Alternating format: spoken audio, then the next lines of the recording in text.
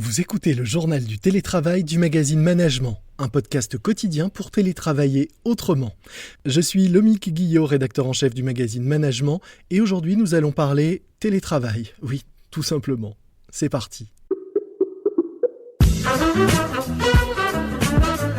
C'est le journal du télétravail.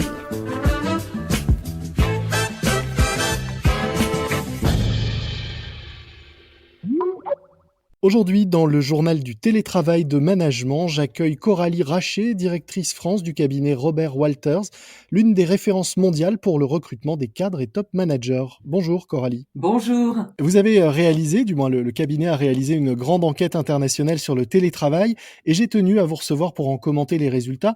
Alors disons-le tout de suite, les Français semblent nettement moins emballés que leurs homologues européens à l'idée de poursuivre ce télétravail d'une façon très généralisée. Comment est-ce que vous expliquez cela ? Un chiffre à relativiser néanmoins parce que la majorité de nos cadres français ont apprécié l'expérience et envie de la continuer.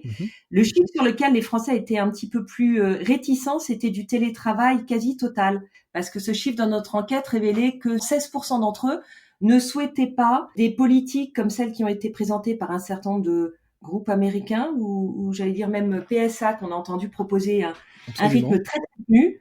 Donc voilà, donc les Français ont été plus prudents, plus raisonnables dans ce télétravail. Je pense aussi que dans l'analyse, ces enquêtes ont été faites assez récemment, après une période de télétravail forcé, globalement assez long en France versus d'autres pays européens probablement. Donc on a probablement un biais. Et se dire peut-être aussi que les Français, et en tout cas un certain nombre de cadres, avaient très envie de retourner au bureau aussi. Oui, c'est-à-dire que le sondage a été fait à un moment où l'envie de retourner au bureau et de retrouver ses collègues surtout pouvait biaiser ce résultat. Malgré tout, donc on l'entend, 16% seulement qui souhaitent conserver un rythme soutenu de travail à la maison.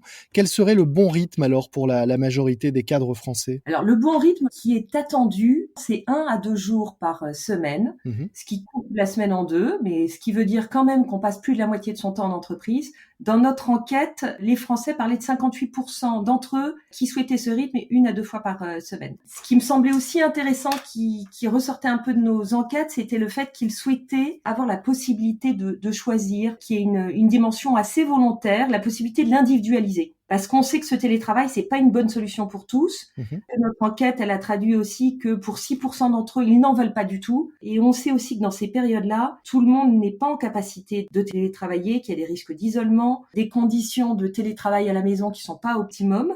On parle de plus en plus de risques psychosociaux qui sont une réalité avec des connexions parfois difficiles aussi. Si on revient sur ce chiffre de 6% qui ne veulent pas du tout de télétravail, est-ce que vous avez un profil type de ces réfractaires ? De manière assez étonnante, dans nos proportions, on avait plus de jeunes que de gens plus expérimentés. Donc dans nos enquêtes ressortait le fait que les plus jeunes avaient encore plus envie de retrouver ce village social qu'est l'entreprise. Après, on n'a pas segmenté complètement l'analyse sur les typologies de fonctions. Mais c'est vrai que ce critère de la jeunesse et de l'âge est quelque chose qui revient dans de nombreuses études et de nombreux sondages autour du télétravail. On peut peut-être recouper ça avec un autre point qui ressort dans votre étude, c'est que beaucoup de Français réclament plus d'autonomie et une demande aussi, je crois, d'agilité et de rapidité dans la prise de décision. En tout cas, ce qui est clair, c'est que les cadres n'ont pas envie de casser la dynamique qui a pris place pendant le confinement, que beaucoup ont découvert et apprécié. Dans notre enquête, on parlait d'agilité dans la décision, la nécessité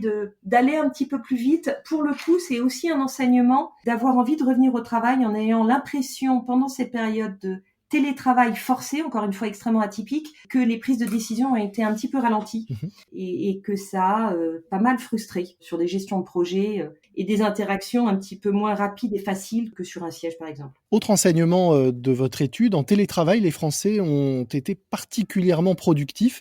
Et c'est pas qu'une impression, c'est pas seulement du déclaratif, puisque les entreprises que vous avez interrogées confirment elles aussi avoir constaté cette meilleure productivité avec des chiffres assez spectaculaire, je crois. Ouais, assez spectaculaire. C'était effectivement la bonne nouvelle, c'est qu'on a pas mal analysé la perception des cadres, donc l'auto-perception des cadres qui était globalement positive. Par contre, on avait moins sondé les entreprises. Donc le chiffre pour les cadres, il était autour de 76% qui se considéraient tout au moins aussi productifs, voire plus. Et le retour des entreprises est de 77%. Ce qui est une très très bonne nouvelle, c'est qu'on a souvent dans nos sondages un décalage, mais pas dans ce sens-là. Donc les dirigeants, les DRH et les managers globalement ont fait le pari de la confiance, de l'engagement et ça a fonctionné. Et on est plutôt bien placé en tant que Français également, puisque je crois que les Allemands sont à 80%, donc juste au-dessus de nous en termes d'efficacité en télétravail. Exactement. Seuls les Allemands nous ont doublés dans notre enquête. Est-ce qu'il y a d'autres chiffres qui vous ont surpris ou qui peuvent amener à réfléchir dans votre enquête? Les cadres ont cette envie de télétravail, donc le chiffre ne surprend pas. En revanche, les entreprises sont à 87% à l'avoir fixé comme leur top priorité de faire évoluer ces pratiques. Ce qui est là aussi globalement assez rassurant et en ligne avec les attentes. Et le deuxième sujet qui ressort sont sur les éléments de technologie. C'est que des industries et des entreprises étaient globalement très bien préparées avec tous les outils et d'autres ont dû y aller en marche forcée de manière un petit peu plus compliquée. Donc il y a un certain nombre d'investissements ou en tout cas d'adaptation d'un point de vue informatique et technologique et digital pour s'adapter, plus tous les sujets de sécurité informatique qui sont venus se renforcer. Vous êtes, je le disais, vous représentez une des références mondiales en matière de recrutement des cadres. Est-ce que demain, pour vous, le sujet du télétravail va arriver très tôt dans les entretiens avec les candidats et surtout dans la façon dont les entreprises vont se vendre auprès d'eux? C'était quelque chose de très très optionnel quand même. Surtout dans des cadres de recrutement, c'était des questions qui étaient peu posées, peu développées. C'était plutôt les années, l'expérience qui permettaient d'avoir cette flexibilité dans un certain nombre de structures. Aujourd'hui, ça impactait beaucoup de choses côté recrutement pour nous.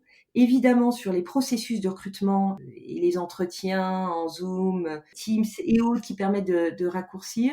Et puis, cette période, ça a aussi été un révélateur, un accélérateur de tendance sur l'image marque employeur.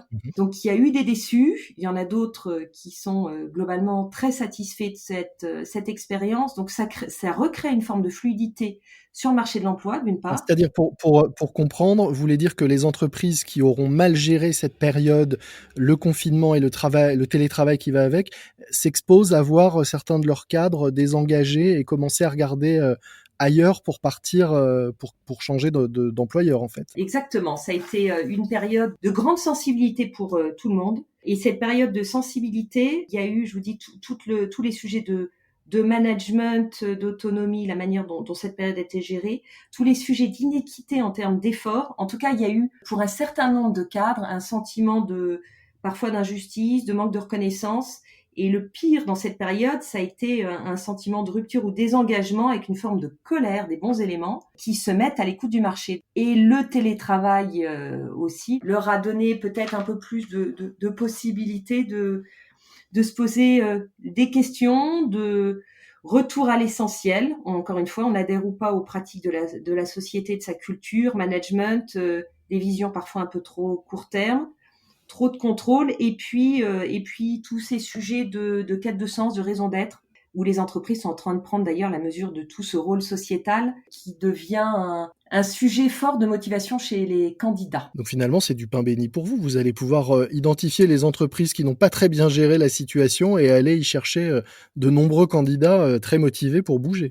Du pain béni, je sais pas si j'ai envie de voir ça comme du pain béni, mais encore une fois, un accélérateur qui va créer ce que j'appelle moi de la fluidité, mais oui, des candidats qui vont se remettre à l'écoute. Nous, on a eu un gros volume de candidats qui se remettent à l'écoute. Eh bien, s'ils étaient à l'écoute de ce podcast, on les invite à aller voir dans les notes de cet épisode. Nous mettrons le lien vers l'étude complète et la présentation donc que vous en faites au sein du cabinet Robert Walters. Merci beaucoup Coralie Rachet. Je rappelle que vous êtes directrice France donc pour Robert Walters, l'une des références pour le recrutement des cadres et managers. Merci à vous. Merci beaucoup.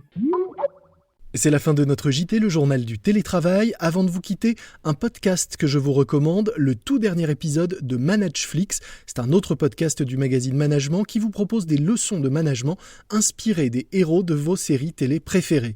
Dans un épisode qui vient tout juste d'être mis en ligne, la coach Yael Gabizon, spécialiste du storytelling, nous explique pourquoi Jen et Judy, les héroïnes de la série Dead to Me sur Netflix, peuvent être inspirantes pour les femmes. En effet, selon notre coach, ces deux femmes sont l'exemple même de ce que doit être le leadership au féminin en 2020. Manageflix spécial Dead to Me, un nouvel épisode à écouter sur toutes les plateformes de podcast. Vous nous retrouvez également sur toutes ces plateformes. Abonnez-vous, vous ne manquerez ainsi aucun nouvel épisode. Moi je vous dis à demain, ne relâchez pas votre vigilance, portez-vous bien et bon télétravail à tous. C'est le journal du télétravail.